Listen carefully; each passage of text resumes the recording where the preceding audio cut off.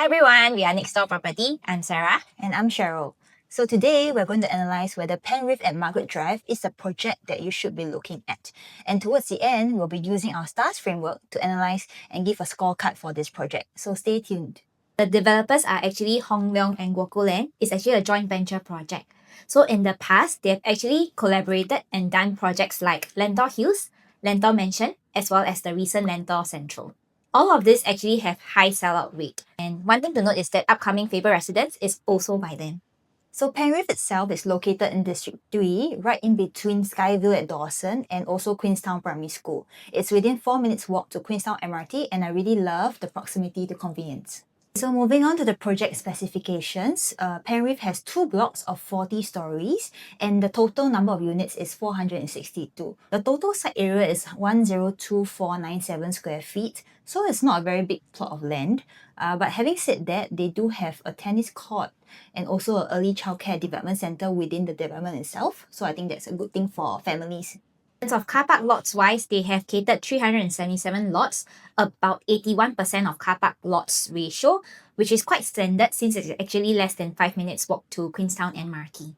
In terms of the unit mix itself, Penrith has 2 to 4 bedroom unit types. They don't have 1 bedroom at all. So this means that I think they are more catered towards the own stay buyers. So in terms of the proportion, we have 33% of 2 bedrooms, 42% 3 bedrooms, and 25% 4 bedrooms. So this also means that 3 bedrooms actually are taking up the largest proportion of units in Penrith itself. Penrith itself is actually north-south facing. In terms of the south-facing portion, we are actually overlooking the HDB blocks. The HDB blocks are around 7 stories high, and then highest being 23 to 24 stories high. Then for the internal facing units, good news is that it's also very far block to block distance, about 60 meters approx, because swimming pool is approximately about 50 meters. So for the north facing, it's essentially unblocked view facing.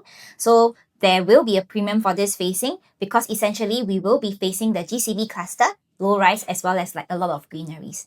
But one thing to note is that if let's say you want to clear and potentially get unblocked views, we recommend going level 6 and above.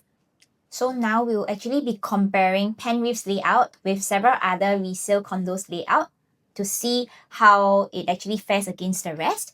And the condos that we have handpicked is Sterling Residences, Queen's Peak, as well as Commonwealth Towers. Okay, so in terms of the 2-bed 1-bath itself, it's actually the smallest size in Penrith. It's 614 square feet. So do take note that this is a harmonized project, so the aircon latch is not counted into the square footage. So in terms of the 2-bed 1-bath, where is it located? Because it's actually north facing, so you either get the pool view or you get the unblocked view. So as you can see for the 2-bed 1-bath itself, so it's actually a very traditional kind of 2-bed 1-bath.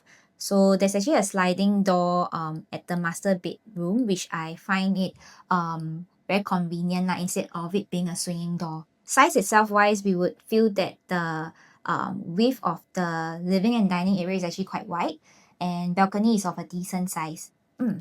Then just take note that for the kitchen space itself, it's actually L-shaped. So if you were to compare Penrith 2-bed 1-bath with Sterling Residences, right? The first thing I notice is, of course, you don't have a very long walkway, so you save space there. Kitchen is enclosable, so that's good. Okay, but one thing I don't really like is that the balcony is huge because it stretches across the master and the living room. So a bit of wasted space in that sense for me. And then one more thing is also the dining area. The dining area is actually smaller than Penrith in terms of distance. So for Penrith wise, if we were to go back, right, you can see that because of the width, it's 3.6 meters, right? You can actually extend your dining table outwards to fit more guests. So for Commonwealth Towers, there's no 2-bed 1-bath, so we'll move on to Queen's Peak. So first thing that you notice in terms of Queen's Peak wise, you will actually, for me itself, I definitely noticed this. So in terms of the balcony and aircon latch, we would feel that it's a bit too big. And also in terms of the layout itself, is quite irregular. Maybe it's because to actually fit the Queen's Peak kind of design. That's why it's so irregular. But in terms of the living and dining space, we would feel this is actually very sufficient. This also provide L-shaped kitchen Then walkway space-wise is also quite short, so definitely lesser wastage of space. Bedroom itself-wise, for the common bedroom, we would feel that it's slightly smaller than the other projects because when we look at the floor plan, it seems like it can only fit like a single size bed at its max, or if not super single. This one, you open your room door, you almost reaching your bed already. So the master bath itself, as you can see, there's like 2 swinging doors, which we feel like might not be as efficient as the one that is in Penrith. For Penrith itself, it's actually more user-friendly because it's actually a sliding door instead of a swing door. Okay, so moving on to Penrith 2-bed 2-bath. It's a size of 678 square feet. And what of course we like is the dumbbell layout. In terms of the entrance, when you come in, actually it's quite a wide entrance, so you don't get that claustrophobic feeling. Kitchen is very good. It's squarish and closable. And also you have 2 ensuite baths, right? So one connected to your master and the other one is connected to your common room. So I think that's very good. Because potentially if you were to rent out this 2-bed 2-bath, right, you can rent out the 2 separate tenants if you want to. Okay. Okay.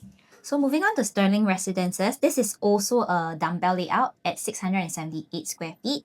So one thing to note is that the common bedroom itself is not ensuite bath, meaning to say that you actually have to exit and then enter in through the living area. Okay, so comparing with Penrith, the kitchen is also can potentially be enclosed because it's actually tucked away inside one corner. Then one thing I like about the Sterling Residences layout is that the DB storage is actually tucked into a corner itself, feels more flushed in terms of like the layout efficiency wise, I would say still not too bad. So moving on to Commonwealth Towers 2-bed 2-bath. This is more of a traditional layout, so non-dumbbell. What I like is that they have windows in the kitchen and both toilets. Yeah, so this is one thing that we don't see in Sterling and Penrith. So for this layout, I think Commonwealth Towers wins in that aspect. So the aircon ledge is pretty small, so that means less wasted space in that sense. But the balcony is very big. Actually, the balcony is almost the same size as the living area. Yeah. So, but if you like big balconies, sure. Moving on to Queen's Peak, this is also another traditional layout whereby the bedrooms are located side by side each other. So one good thing about Queen's Peak is that versus the others, there's actually like a private foyer, so you got additional space to put your stuff and more privacy. In terms of kitchen wise versus the rest, this one is like a long aisle kitchen, which I personally do not really like. Because I prefer a more enclosed kitchen. Yeah. In terms of balcony, is also very, very huge. And for the common bedroom wise, you can see that it also can only fit max maybe super single, and it also have access to the balcony, which is something that we personally don't really like, having like balconies that's connected to our bedrooms. Also, the aircon ledge Yeah. is huge. So 775 square feet, right? You have a huge balcony and you have huge aircon ledge. So this makes the internal area, the usable area, very small. So in terms of the 2-bed 2-bath wise, we feel that Penrith is the layout that stands out because of it having like an ensuite bath for the common bedrooms, which this kind of layout is generally getting more and more common in nowadays, in the new launches nowadays. Okay, so moving on to the 3-bedroom compact. For Penrith, it's standing at 786 square feet. Okay, and in terms of the facing, right, it's actually both are south facing. So you either face towards internal facing pool view, or you face towards some of the HDB facings that we were mentioning earlier lah. Okay, and what I like about this 3-bedroom compact, right, is that it's a corner unit. Okay, so it's very rare to have a 3-bedroom compact that is corner. The reason why this is possible is also because Penrith only has 6 units per level. So all their 3 bedrooms are actually corner units. So this allows for windows in your kitchen and also as your 2 bathrooms. Okay, but I think one thing that we don't really like is the void space over here. But having said that, if let's say the price is very attractive, I think this 3-bedroom compact is going to be a very, very good option. For Sterling Residences itself, it's 883 square feet. We can see that the walkway entrance is actually very short, meaning to say that it's more efficient. Then there's actually a tucked-in kitchen with windows. Then separate living dining, which is something that I really love. Balcony itself is also quite standard size. And then for both of the common rooms can fit at least a queen size bed.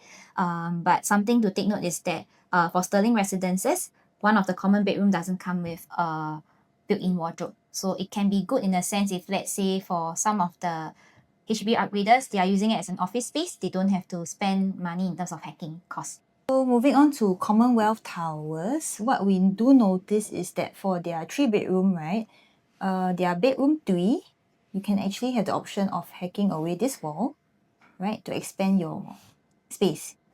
So technically, you can expand your dining space beyond this if you don't need a 3rd bedroom. Okay, one thing very unique is I realized that their master, right, is in the middle of the house.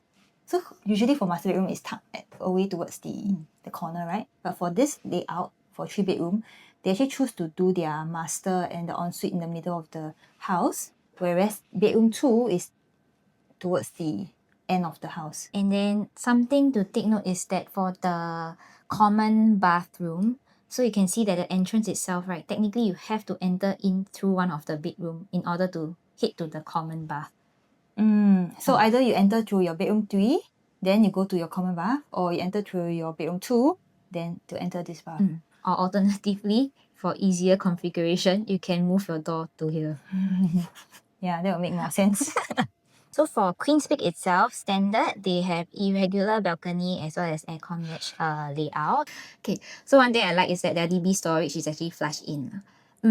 So for 3-bedroom compact, there isn't any windows in the kitchen area, and the kitchen area seems rather small compared to the rest of the other layouts. But in terms of like dining and living area wise, you can still put a separate living and dining. It's just that I still feel that it's also quite small. Partially it's because of like the huge aircon ledge as well as the balcony that's taking up the space. Because for the master bedroom itself, they have also included another balcony located in the master bedroom. So if you're someone that actually likes to have a balcony in your master bedroom, then this might be an option for you lah.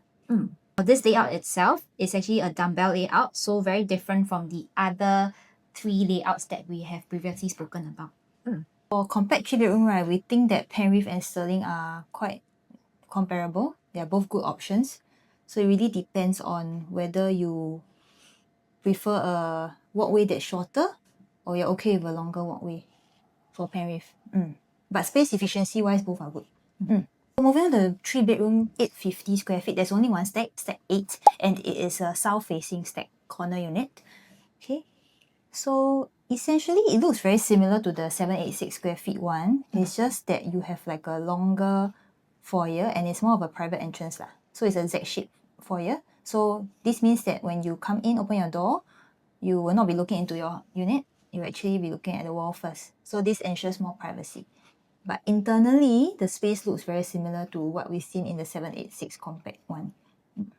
So now we go towards the 3-bedroom premium for Penrith. Their premium 3-bedroom starts at 936 square feet. Okay, so okay, so we have one stack 2. It is a internal south-facing unit. Okay, again, it's a corner unit. So the main difference between Penrith 936 square feet premium versus the compact is that now your kitchen comes with a yard and also an additional WC. And we also have a store area as well. So I think this is very good for like HDB upgraders who are used to having a storeroom in their house and also a yard. Yeah, so this might be a more suitable choice for you. Coming in, of course, your entrance foyer is still a privacy entrance, which is good. Okay, and then you have windows in all your toilets as well as your kitchen. I think this is a very, very livable layout. And it's also quite flexible because for the store, assuming if let's say you have a helper, this can potentially be their own private corner for them to actually stay in. So for Sterling Residences, it's 980 square feet. So there's window in the kitchen, and then upon entering, you will actually be able to see that there's actually a separate living and dining area. Balcony wise, I would say they did a pretty good job for their smaller bedroom types, as well as their 3-bedroom compact. But in terms of like the 980 square feet, I personally don't like the balcony because it's a bit too big and it's also connected to one of the common bedrooms lah. Then one of the common bedrooms also doesn't have a built-in wardrobe provided. Then aircon latch wise is also a little bit too big. One good thing to point out is that the store actually do come with a window, so it can be an additional like room itself if you, or even a study area if you need that space. So in terms of space efficiency wise versus 936 square feet of Penrith, I would say maybe the Penrith one would be more efficient because 936 square feet doesn't include the aircon latch. So now looking at Commonwealth Towers 3-bedroom premium. Again, the first thing I noticed is the huge balcony. And this time very interesting, the balcony is linked to not only your living room but also your master bath. Then yeah, coming in you have a private entrance foyer again. Okay. Kitchen looks a bit small to me, to be honest, for a 3-bedroom premium. Okay. But you do have a yard and a WC utility room, like for your helper's corner. Where's the common bath? The common bath is here. So it's common Oh, okay. So again, right, your common bathroom is tucked all the way towards the end of the house, and you notice that to enter your common bath, right, you must either go through your bedroom 3 or bedroom 2. So it's not accessible from the common area. The location of the master room is also a bit peculiar to us lah. Yeah, it's actually in the middle. But I really don't understand the master bath linking to the balcony. Can you explain to me? Okay, something that I don't understand is why like the common bathroom is not really like, you know, like it's not accessible through the common area.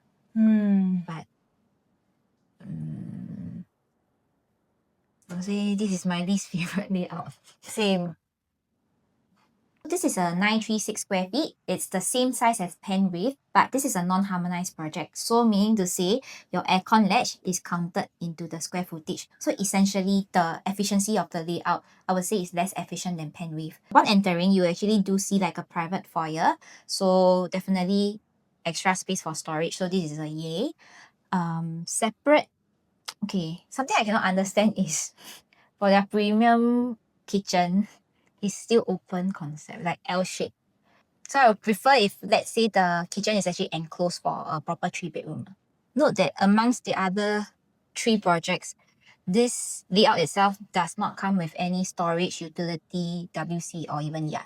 In terms of the common bedroom size, the bedroom sizes differs because this is essentially a bigger common bedroom, then this one would be the smaller one. Essentially, I would prefer if, let's say, both of the common rooms are almost similar, if not the same size. So that it's more appealing to HDB upgraders lah. Okay, one good thing, if I have to find something that is very good about this layout would be, there's an ensuite bath over here. Okay, so moving on to Penrith 3-bedroom premium, 1066 square feet. We have one stack, which is stack 9. This is a north-facing internal unit. Okay, so same thing, corner unit. And first thing, right, what I really like is when you come in, you have less wasted space, and your living room width is actually 3.6 meters, which is very generous, you know. Compared to the 936 square feet layout earlier, that was 2.8 meters. So if you're someone who likes a wider living area, right, 1066 might be more suitable for you. Okay, and the other thing that I like is the master is huge, right? It's 17 square meters, and you have a walk-in wardrobe component. Yeah. Okay, so this is a standout layout amongst the 3 bedrooms for sure. Yeah, with the huge master and the wide living area. And then you still have your basic, like your enclosed kitchen with your yard and your WC and your store for your helper. I think this will be a very popular layout actually. So we are using 1055 square feet Sterling Residences layout to compare. Over here, there's actually a short walkway, so more efficient layout. Then in terms of their kitchen, you can see that it's very spacious because it also do come with a store as well as WC. For balcony wise, it's quite huge because it's also linked to one of the common bedrooms. And this common bedroom wise, there isn't any built-in wardrobe for this. But we can see that in terms of like the common bedroom sizes, it's maybe almost similar, if not the same size, same as Penrith's. For master bedroom itself is actually smaller, and it doesn't come with like a walk-in wardrobe as compared to Penrith's layout. Just a standard 3-bedroom with additional balcony space in one of the common bedrooms. Commonwealth Towers. First thing I noticed is the walkway lah, of course, right? This one is a personal preference. If you like a long walkway into your house, sure. But for me personally, I don't like it. Okay. Then the other thing that I noticed is that the balcony is also again connected to the master toilet. Is this like the window then? Wow, maybe it's just a window. But okay, maybe it's something that we don't comprehend lah. Okay, but personally, not my thing. Yes, okay, now you do have a enclosed kitchen, which is good, with a yard and utility and WC, so that's good. 3 proper bedrooms, all can fit minimum a queen size bed, so that is good lah. But then again, your common bathroom, once again, you have to access through one of bedroom 3 or bedroom 2. It's a thing. I think it's for Commonwealth Towers. It's a thing. The common bath is towards the end, and then your master is in the middle.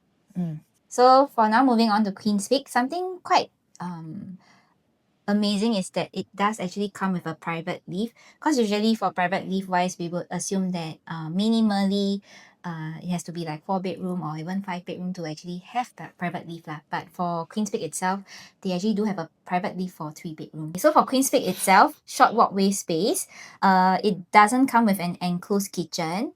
Balcony wise, I would say decent size, even though it's irregular.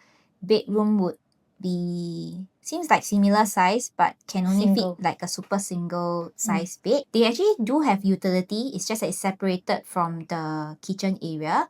So potentially this itself can be a room of its own. So among these 4, I think my top pick will still be Penrith lah, because the layout is really the most efficient, and you have your walk-in wardrobe in your master and all the essentials that a 3-bedroom premium should have.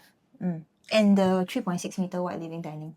4-bedroom compact at Penrith, we have it at 1173 square feet. This is the smaller 4-bedroom size.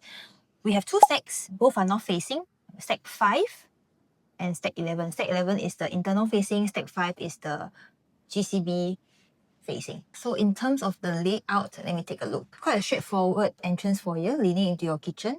There is a glass panel over here. Storeroom, yard and WC, all the essentials, you have it along with the window. Okay. Living room width is also very good lah, 3.6 meters. Actually, it's the same width as the 3-bedroom 1066. Your master is also huge with a walk-in closet. So it seems like for the 3-bedroom, large 3-bedroom premium, and for the 4-bedroom, they do input this walk-in wardrobe, which is good. And then the rest are quite standard. You have the other 3 bedrooms all being able to fit a queen size bed, and then yeah, your common bath is to be shared lah between these 3 bedrooms. So because for Sterling Residences, Commonwealth Towers as well as Queen's Peak, there is no 4-bedder of the similar size, so we'll be using Margaretville 1184 square feet to do a comparison. So as you enter, this is actually a short walkway space, and then one thing about the kitchen is that it's actually considered like a L-shaped kitchen, which personally I would like this kind of like long aisle kitchen space lah. But it does come with utility as well as WC, so potentially this can be an area for your helpers to actually stay in, because there's also window in the utility area. Balcony itself, there is actually 2 balconies. One is located in the master bedroom and another is located at the living dining area. So personally, I'm not a fan of having more than 1 balconies, and this size is actually 1184 square feet. So there's also 2 aircon ledge with like balcony, so I would feel that the livable space is actually quite little, and I would prefer for the balcony size, right, to be planted into the one of the common bedrooms, because one of the common bedrooms is much smaller than the other 2 common bedrooms. Now we are going to look at the Penrith 4-bedroom premium, 1281 square feet. Only 1 stack in the whole development, guys. So I think if you are aiming this stack, right, your ballot number must be very good. Okay, this is stack 3, north facing, GCB facing. Okay, so I think this will be a very, very hotly contested layout lah. So why is that so, right? It's because you have a 5.5 meter wide living area there. That is very, very generous. Okay, and a lot of people like this kind of landscape living dining. In fact, for the dining area, they actually purposely put in a 8-seater kind of setup to show you that it can fit 8-seater. Yeah, your master is also very, very big, very generous. Of course, it comes with a walk-in wardrobe. And then you have a Jack and Jill bath here connected to Both of the common bedrooms. Correct. So let's say if you have children that are like about similar age and then they still want their own rooms, but you know, they want to share a bath, right? This will be a perfect setup. For the other bedroom that's located over here, it also do come with like a ensuite bath. Yeah, so this is also probably the bath that the bathroom that your guests can use lah. Okay. Kitchen wise, very good. Enclosed kitchen with a yard, store, WC for your helper.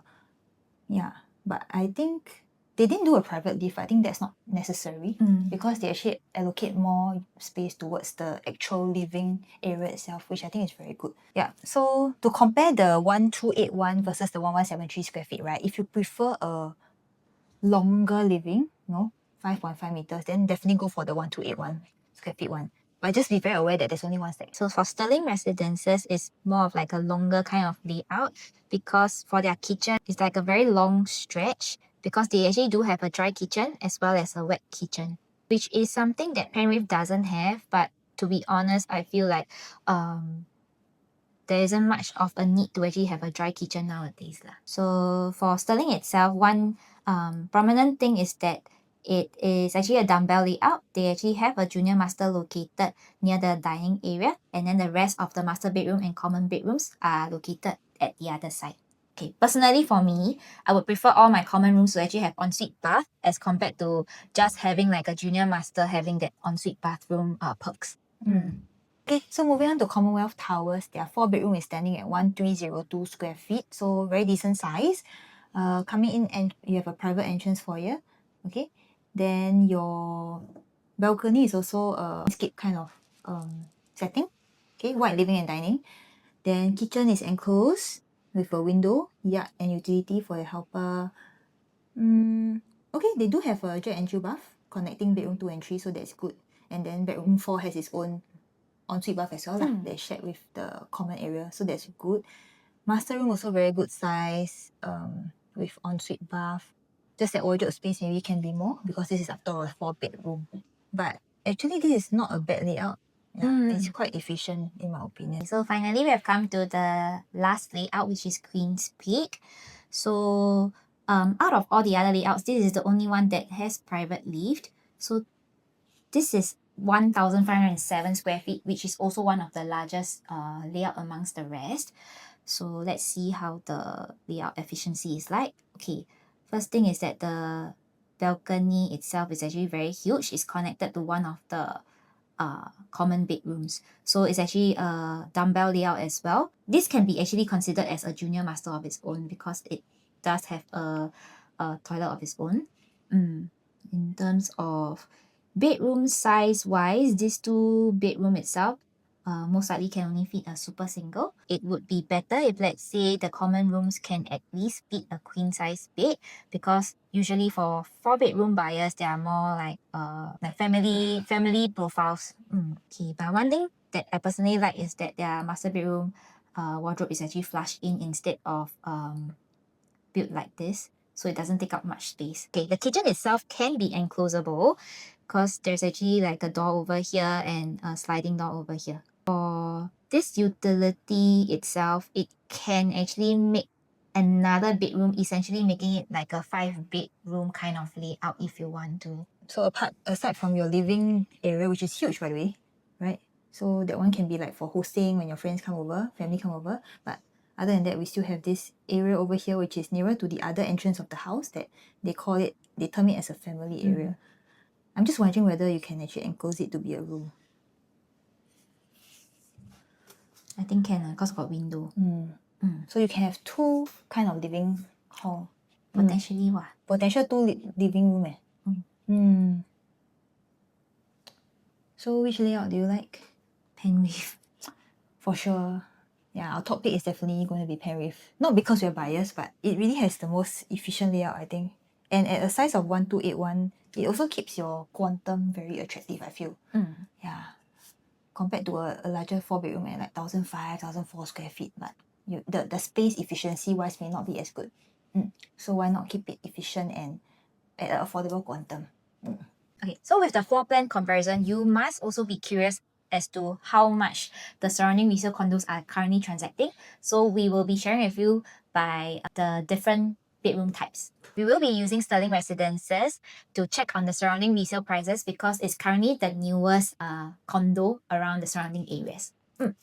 So for 2 bedroom in Sterling Residences, averagely it's already transacting at about 1.61 million, with the highest transacted at 1.95 million. So the per square foot itself is about 2,681 for non-harmonized project. If we were to take harmonization into account, this will amount to about 2,841 per square foot.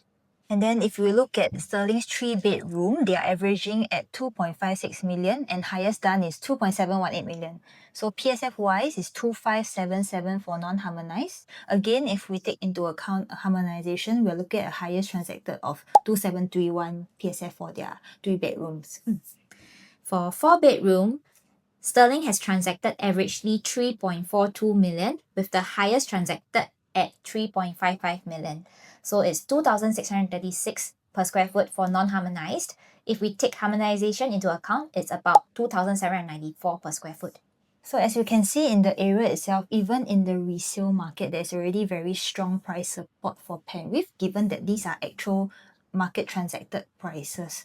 So we don't have the prices yet for Penrith, but definitely I think once the prices are out, we'll be able to see what's the developer strategy and also what is the right pricing to actually enter Penrith at. So next we will be talking about rentability. In terms of rentability wise, we feel that there's a strong rental demand around this area because of the close proximity to the second central business district as well as the current central business district, since we are actually both 5 stops away. So if you look at the surrounding rental prices, what are the kind of rentals that landlords are commanding? For 2 bedroom, we're averaging about 4,500, highest 6,000. 3 bedroom, we have averaging at 7,000, highest 9,000. And 4 bedrooms, we are looking at average 9,500 and the highest even hitting 10,000. So I think this is testament to how strong the rental around Queenstown is. Yeah. So who will actually be the current as well as the future buyers of Penrith? We personally feel that there will be a huge bulk of it that comes from the HDB upgraders because surrounding the area itself, there's a lot of $1 million HDB transacting. Averagely for 4-room, it has transacted at 1 million.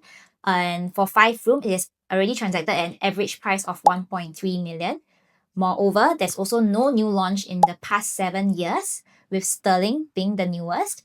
This actually did create a pent-up demand effect that we do see from past launches such as, for example, Chuan Park, Ori, as well as Amo, which we will talk about in a bit. So if we look at this phenomenon of pent-up demand, right, we can reference Amo Q, whereby for Amo residents, when they launched in 2022, right, it was actually an 8-year gap prior where Panorama was launched. Okay, so this 8-year gap right, actually created a lot of pent-up demand in the area for condo buyers. And as a result, right, Amo actually did very well in their first year of launch. They actually sold over 98%. It's an almost sell-out project, despite the fact that they actually launched at an average PSF of 2,118 at that time in 2022, which was considered high.